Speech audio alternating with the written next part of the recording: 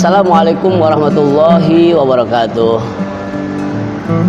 Alhamdulillah wa thumma alhamdulillah wa syukrillah ni'matillah Sayyidina wa maulana Muhammad ibni Abdillah wa la hawla wa la quwwata illa billah. Ayuhan nas shaimin shaimat rahimakumullah. Bersyukur kita kepada Allah, kita masih diberikan nikmat iman, Islam, sehat walafiat. Fa bi ayyi ala'i rabbikuma tukadziban. Nikmat yang mana lagi yang kamu dustakan? Sudah banyak nikmat yang sudah kita terima dari Allah, namun kita kadang-kadang yang lupa akan kebaikan, akan rahman dan rahimnya Allah subhanahu wa ta'ala, sehingga kita lupa menghadap Allah, lupa bersyukur kepada Allah. Salawat serta salam selalu tercurah kepada junjungan kita Nabi besar Muhammad sallallahu alaihi wasallam. Shaimin shaimat rahimakumullah. Bagaimana puasa Anda pada tahun ini, dalam keadaan seperti ini, dalam keadaan situasi seperti ini? Jangan kita terlalu panik dalam kondisi ini. Ya, teruslah kita berdoa sebagai senjata orang mukmin, sebagai senjata orang Islam, berdoa kepada Allah. Meskipun prediksi-prediksi COVID-19 akan selesai di bulan yang akan datang, namun dengan doa, insya Allah, kita doa ikhtiar, insya Allah akan mempercepat hilangnya corona, hilangnya virus COVID yang sama-sama kita takuti. Shaimin shaimat rahimakumullah. Di program kali ini tentang Anda bertanya, Ustadz menjawab. Istilahnya question and answer, ya. Agak sulit memang, sulit bahasa ya. Anda bertanya, saya menjawab. Saya akan coba menjawab pertanyaan dari Ananda Anis Rodatin. Kayaknya saya kenal nih dengan Anis Rodatin. Ya, semoga Anda Anis sehat walafiat. Ustadz juga doakan terus semoga sehat walafiat. Anis, sebutlah Anis ya. Anis bertanya, Ustadz, bagaimana caranya mengetahui jawaban dari sholat istikharah kita, dan berapa lama kita harus melakukan sholat istikharah tersebut? Ya, saudara Anis yang dirahmati Allah subhanahu wa ta'ala, semoga Anis tetap istiqomah, istikharah, dan terus istikharah, dan terus melakukan sholat istikharah tanpa putus. Ingat loh Anis, ingat jamaah semuanya, kaum muslimin muslimat rahimakumullah. Ingat, apa yang perlu saya ingatkan? Jangan kita kalau ada perlunya saja dengan Allah kita dekat. Jangan kita kalau ingin sesuatu aja dekat dengan Allah. Istiqomah. Memang manusia ya seperti itu, lazimnya seperti itu. Kalau ada kemauan, kalau ada hajat, kalau ada keinginan yang menggebu-gebu, mereka sholat tahajud, sholat hajat, istikharah. Namun itu Ustadz nggak mau mempermasalahkan. Itu hanya mengingatkan, warning bahwa kita jangan kalau perlunya saja minta kepada Allah. Nah, saudara Anis yang berbahagia, dirahmati Allah subhanahu wa ta'ala.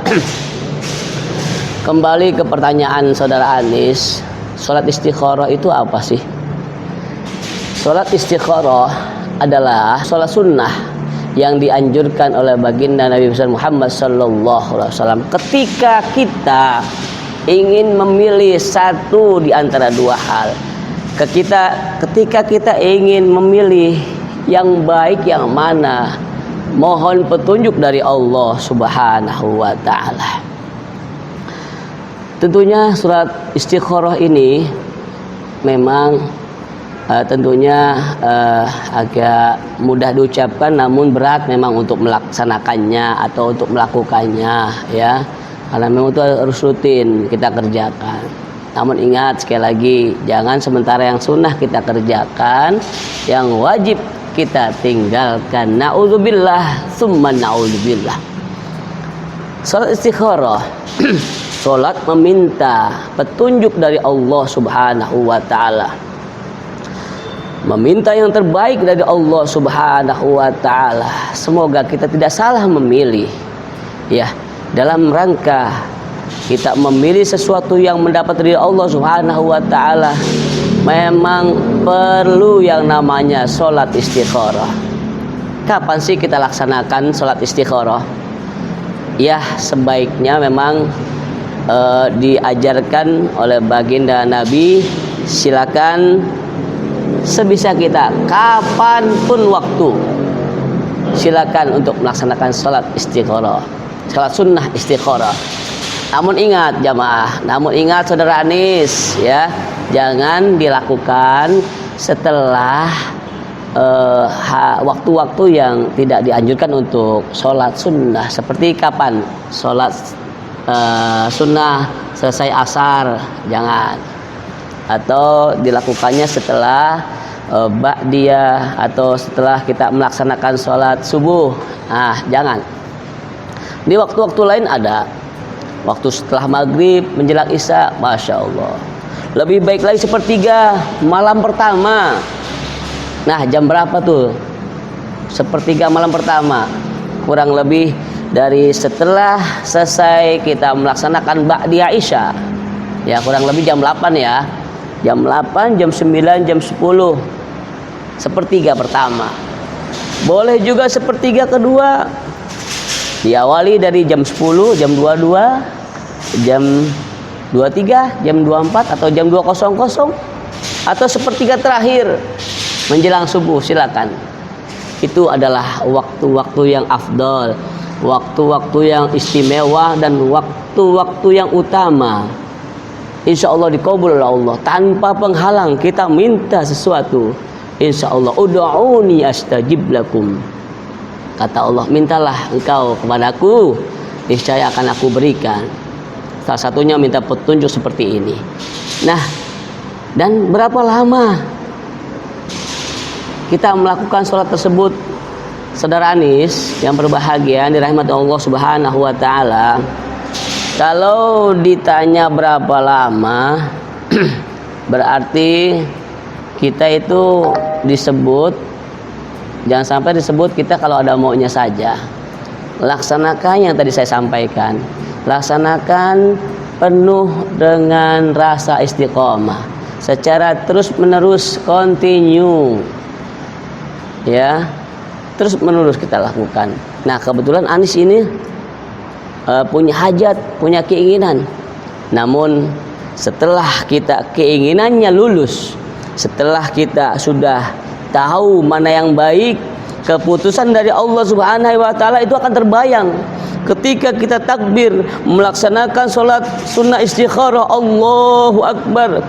Ketika kesekian kalinya kita melakukan istikharah, maka insya Allah akan ada petunjuk dari Allah Subhanahu wa taala. Di saat itulah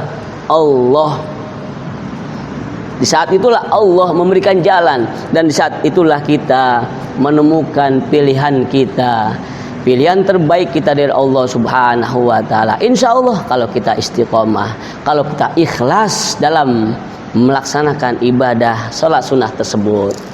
Nah, saudara Anis Rodotin yang berbahagia yang dirahmati Allah Subhanahu wa taala, itu semua sekali lagi kita lakukan untuk apa yang kita mau itu secara ikhlas, semata-mata karena Allah Subhanahu wa taala. Terus kita lakukan. Setelah kita dapati petunjuk dari Allah Subhanahu wa taala, jangan dihentikan seperti itu aja. Oke, baik, istikharah selesai, nggak apa-apa, karena Anis atau kita semua udah dapat apa yang kita harapkan. Namun ibadah-ibadah lain seperti sholat sunnah tahajud, sholat sunnah tasbih, sholat sunnah hajat, terus kita lakukan. Karena memang banyak keinginan kita, banyak cita-cita kita yang ingin kita sampaikan, keluhan-keluhan kita, problem-problem kita. Tentunya kita banyak yang akan kita sampaikan kepada Allah Subhanahu wa taala. Semoga Allah Subhanahu wa taala memberikan kita jalan keluar, dan apa yang kita harapkan, keinginan-keinginan kita diijabah oleh Allah Subhanahu wa taala. Subhanakallahumma bihamdika asyhadu an la ilaha illa anta astaghfiruka wa atubu ilaik. Assalamualaikum warahmatullahi wabarakatuh.